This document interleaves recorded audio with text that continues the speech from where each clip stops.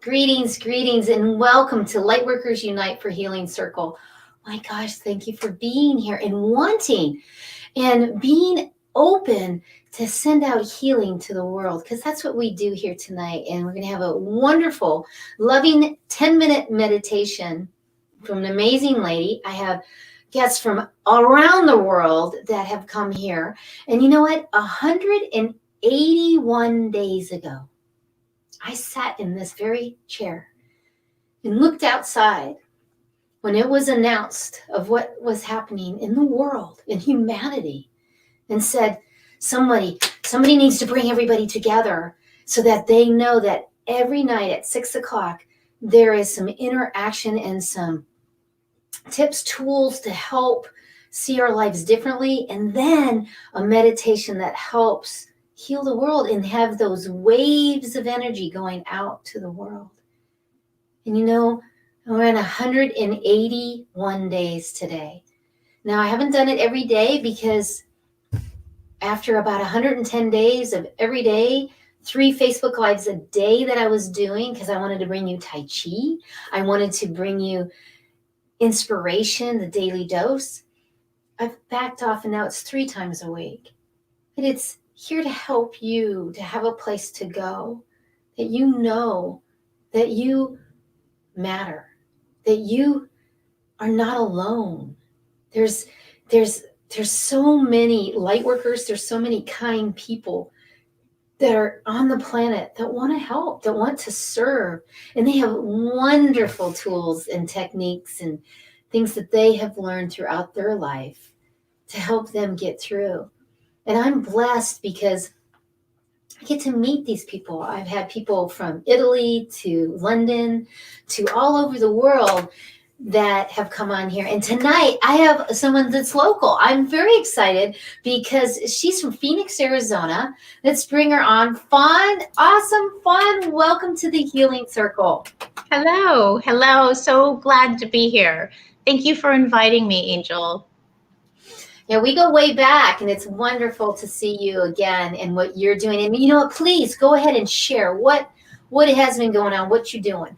Gosh, well, I think we were talking, and I think we agreed it was probably 8 years ago that we met. It's been a long time, and I have had a number of incarnations since then. I was a fashion stylist back then, but I've always had.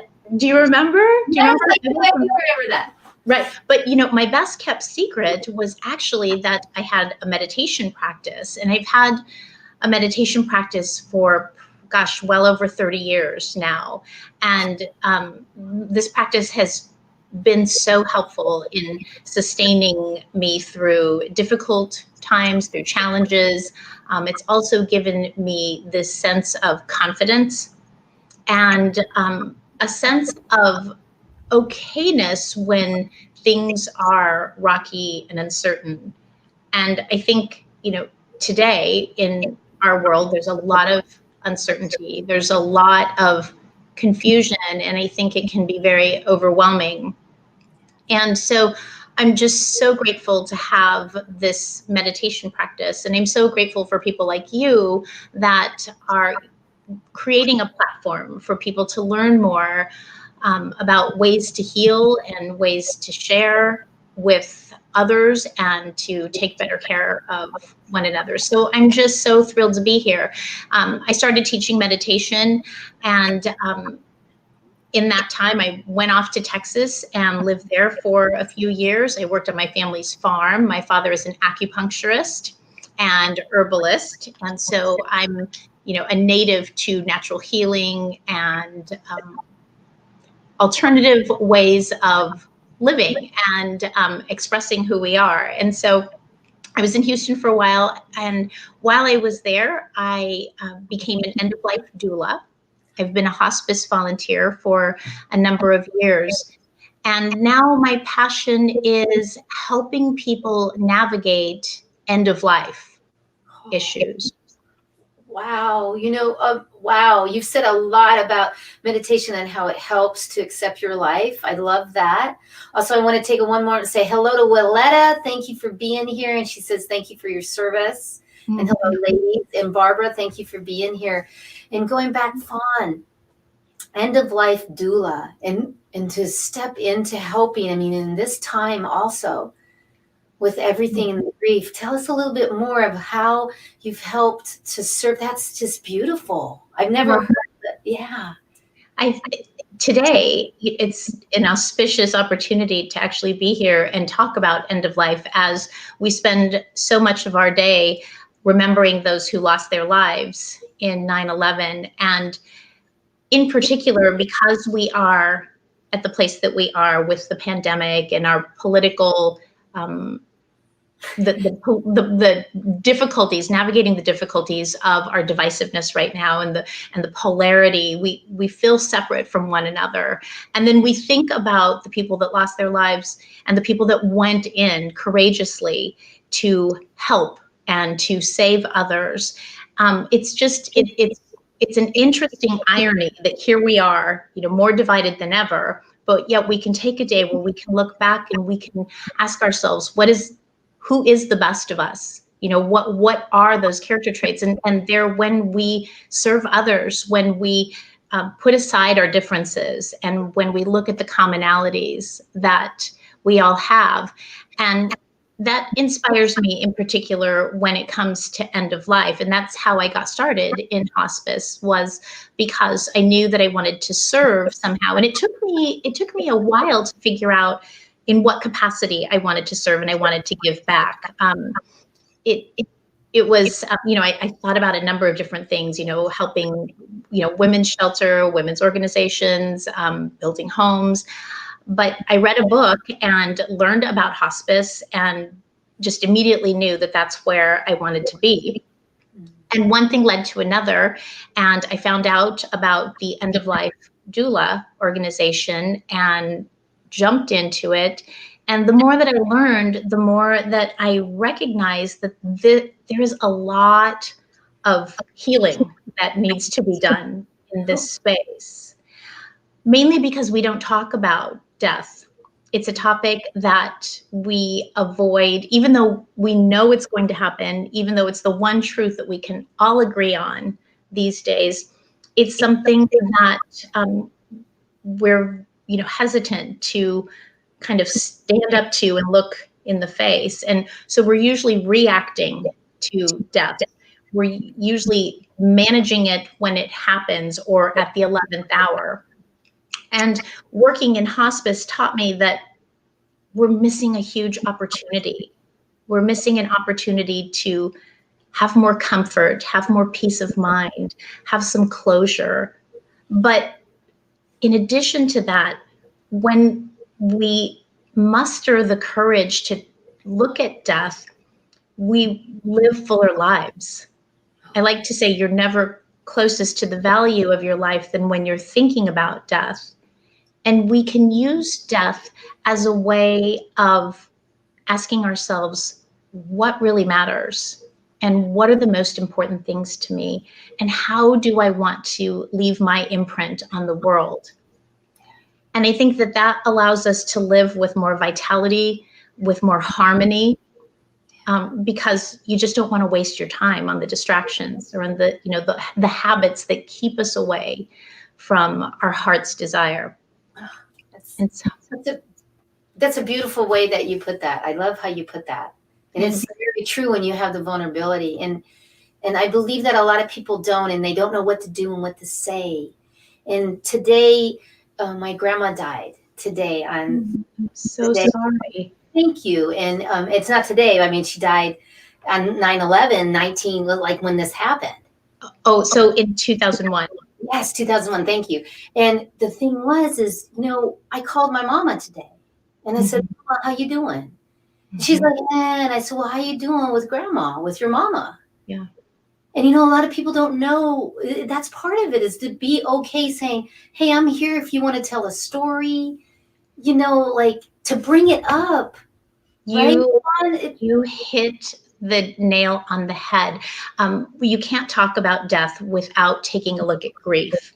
And one of the things that I learned was grief is scary when you're a supporter of someone who's grieving, because you don't know what to say. You don't know what to do. You don't want to do the wrong thing. You don't want to make things worse. And so some of the things that we do is we run away and hide.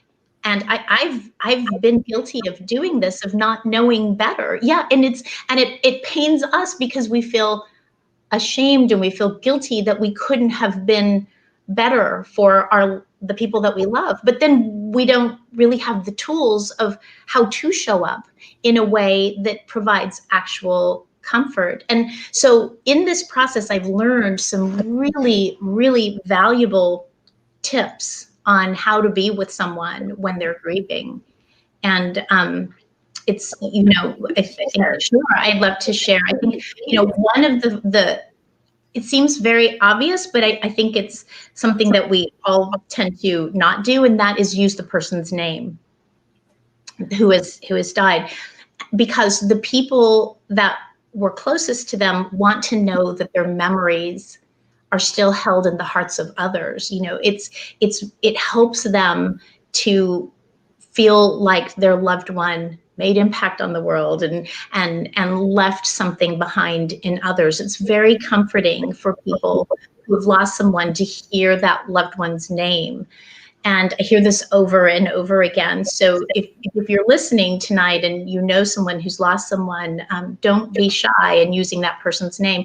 Also, talk about your memories with that person and talk about how that person touched you or impacted you, or the things that you appreciated about that person. Because again, their loved ones want that again, that gives them that sense of feeling close to their loved one. So that's a good, so use their name, share your memories and how they touched your life. Number 3, think of something to do and do it. I think a lot of times our reaction and our instinct is to say thoughts and prayers are with you. And while that's a lovely sentiment, backing it up with actually doing something. And it doesn't matter what it is, just think of something to do and do it for them. Take out the garbage, offer to pick up laundry or take laundry, or do the dishes, or offer to walk the dogs. And one of the things that I do, because my best friend died about Madeline, I'll say the name. Yeah, that's true. And it does. It gives me, because it was about a month ago, my best friend and her sister, we were all so close. And immediately what I did was send a card.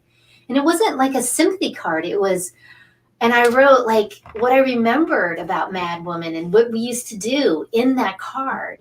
Right. She called and was just like, this is lovely, because it's not, it was, hey, Madeline touched me. We were crazy, great together, fun. So that makes a lot of sense. It's, we all have this sense that, we're here physically, right? We're here and these are our material lives. But for most of us, and I'm sure for most people in this circle of yours, I think we believe that there's something else that is even more important that remains, right? We're spiritual beings having a physical life, a material life. And when we've lost someone, it's so important that we become extrasensory, if you will, to be sensitive to that energy and the frequency that person has left behind that is still very real for us. And so as supporters, and as people who are providing, a shoulder to those who are grieving, it is very okay to talk about those things. It's actually very welcomed. Yes, absolutely. And if there's anybody, even on the replay, your mom, your sister, or your cousin have gone through some grief, go ahead and share this with them. It might give them some tools to help them to get through it, because you're really not alone. None of us are alone in any of this. We really are together, and it actually helps me, because I think I want to send another card to her sister, because I know she's really, really grieving still. Yes.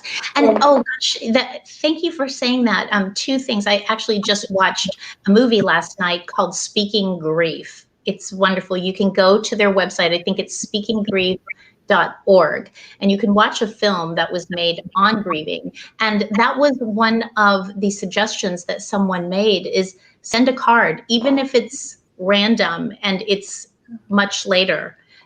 Again, just showing up in ways that are creative and constant, and letting those people know that they're not alone and that their grief journey is uniquely their own. We grieve in as many different ways as there are human beings in the world. There's no one way to grieve. Some people are emotional and their emotions are overt. Some people are not. They're able to compartmentalize, but that doesn't mean that they're not hurting and they don't feel isolated or alone. That's very interesting, because when my dad died, I was so, and everybody was like, "Where'd Angel go?" Because they wanted that I usually am, and I could not. It was like I was mad, but yet I didn't feel it. I didn't know what I felt. It was that. So thank you. That gave me some clarity on that. Yeah, and I think one of the things, and I'm by no means an expert on grief, I really focus my time and energy on the end of life part, but because end of life and grief go hand in hand, I've taken classes and I've spent time with people who are grieving. I've learned so much. I wish I would have known all of this information before, so that I could have been a better friend and supporter to people that have lost loved ones. But I think we're all learning, we're all in raising awareness on this kind of thing. Platforms like you're creating, where we can talk about things like this, allows us to learn from each other, and allows us, as people who are companioning those who are grieving, how do we do it differently? And to not beat yourself up if you've made mistakes, if you've said the wrong thing. It's okay. We're all learning. And what is right for one griever is not necessarily going to be the right solution for another. And that's okay. It's okay. We just, keep going and just keep showing up and saying, I'm here for you. I'm learning how to be a supporter. I'm not always sure what to say. And I think that kind of honesty is welcomed. Oh, so welcomed. Absolutely. So this was wonderful, and some great tools to use that everybody please can take in.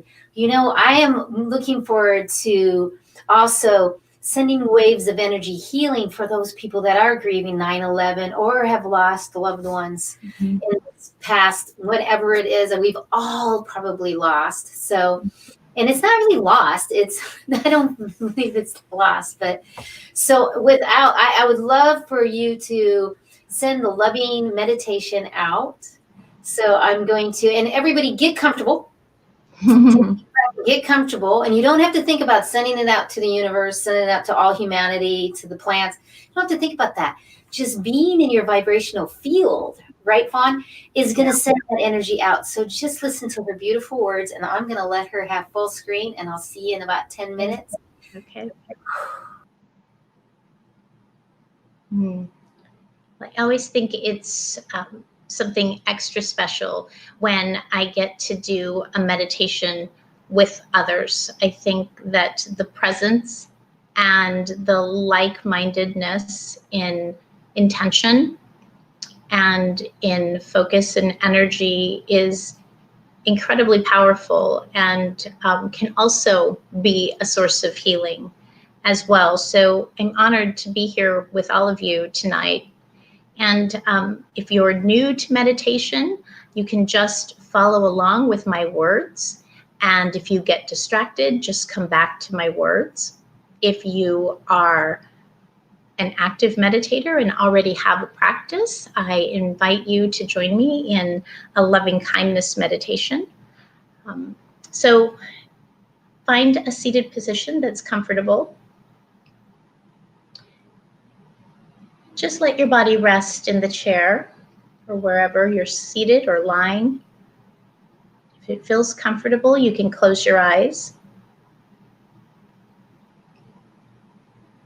And just let your body just relax and letting go of the day.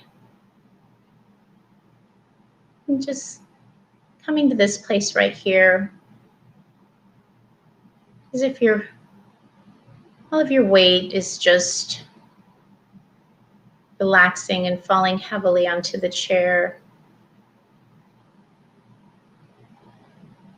Knowing that whatever is going on can just be set aside for now.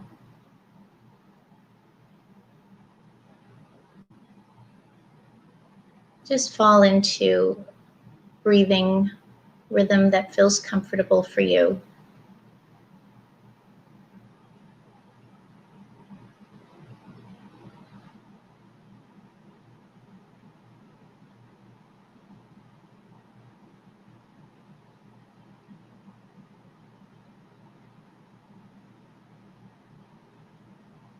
And you can let your exhale extend a second or two longer than your inhale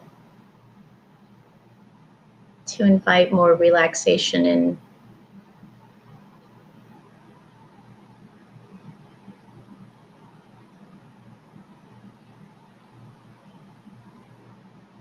And just for this moment, just have a sense of connection to this group of healers and light workers who have come together for this intention of loving kindness.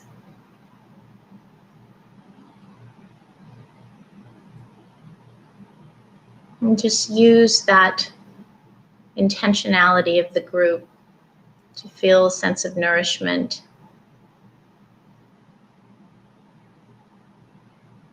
and safety.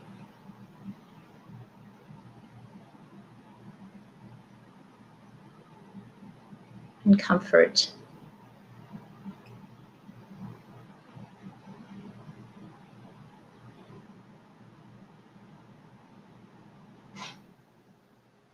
And just feeling the stillness in your body.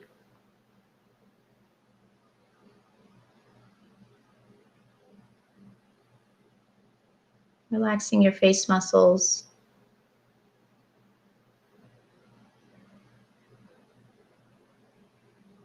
Small muscles behind your eyes.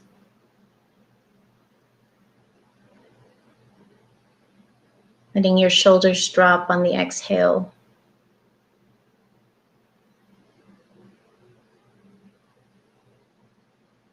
Feeling the heaviness of your body in your chair.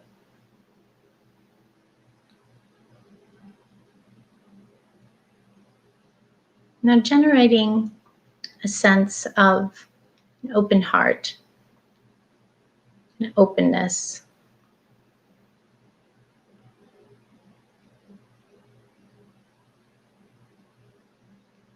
And bringing to mind someone that you want to send loving kindness to tonight. Maybe it's someone that is close to you, or maybe it's someone that you haven't seen in a long time. Maybe it's someone that you don't really know, you just have a sense of wanting to have a spaciousness and an open-hearted kindness for them. And see this person as if they're sitting in front of you.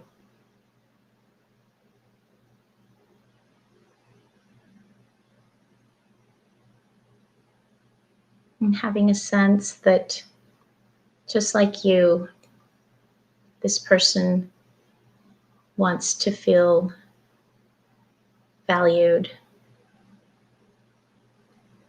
to feel loved, to feel safe, to feel comfort.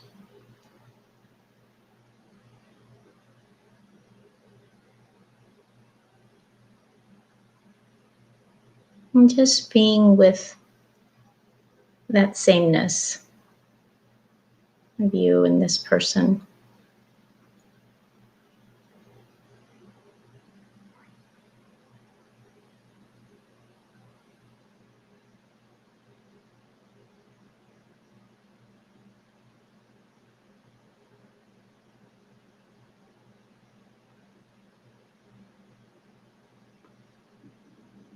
Maybe you, in your silence, can send this message.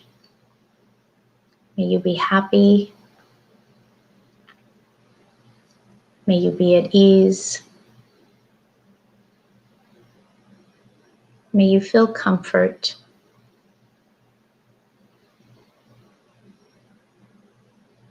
May you know you are loved.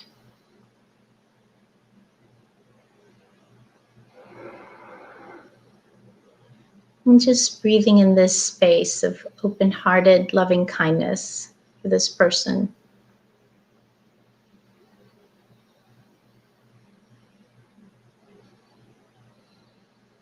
And letting that wash all over from head to toe, letting it wash your body. This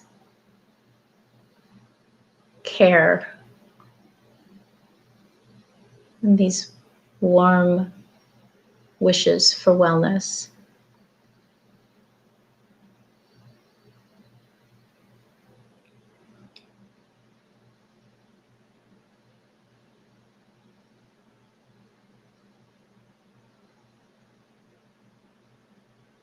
Maybe noticing how these feelings, these wishes for wellness make you feel.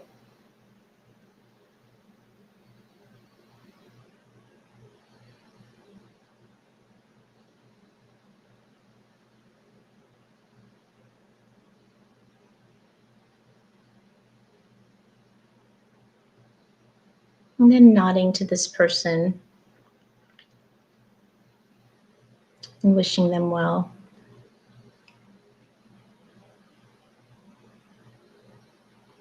And just sitting quietly in this landscape of good feelings that you've generated. And just letting that be part of your awareness, knowing that this is always available to you at any time.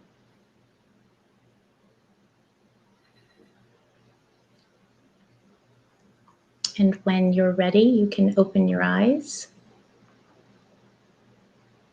and know that this intention that you've sent out there is something that you can stay with for the rest of the evening and take that into your weekend.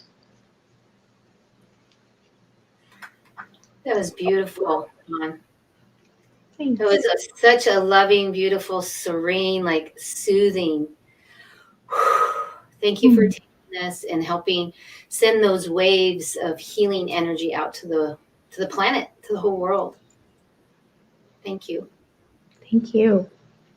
And thank you everyone that's on the line that is here that wants to do that. And you know what? Let's even bring up some more chi energy. If you can get up off your feet and off your butt, can everybody get up? And we're going to sing the song for the Shine On movement. And Terry's saying hearts, everybody's saying hello, and everybody's saying thank you to you.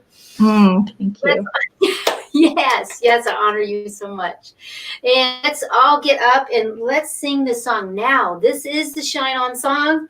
It is written just for you. And listen to the words and what these words say to you and how they touch you and how you can step into your power and your beauty of who you are. So here we go. You got ambition, fire and soul. Look within your heart. Let your spirit flow. Ask for what you want. Show them what you got. Take it to the top. Don't you ever stop. Shine. Everybody now. Shine. Shine on. Everybody come right here. Do shine on. Raise your vibration. Shine. Here we go. Shine. Everybody shine on. Yeah. Get those moving. Yes. Looking for the answers. Seeking you will find. Open up your heart. Leave it all behind. Smile and laugh. Always give back. Glowing like a star. Show them who you are. Shine. Shine. Shine on. Raise your vibration. Shine. Shine. Shine on. Yes. Here we go. You're the secret. You're the answer. You know who you are. Look within you, breathe and focus. You're that shining star. Right, Vaughn? They are the shining star. That's right. Shine, shine on. Raise your vibration. Shine, shine, yeah, all right, Vaughn, yes. Don't you worry, don't you fake it. Be just who you are. You're the answer to the question. You're that shining. Again, they're the star. Yes. Shine, shine on.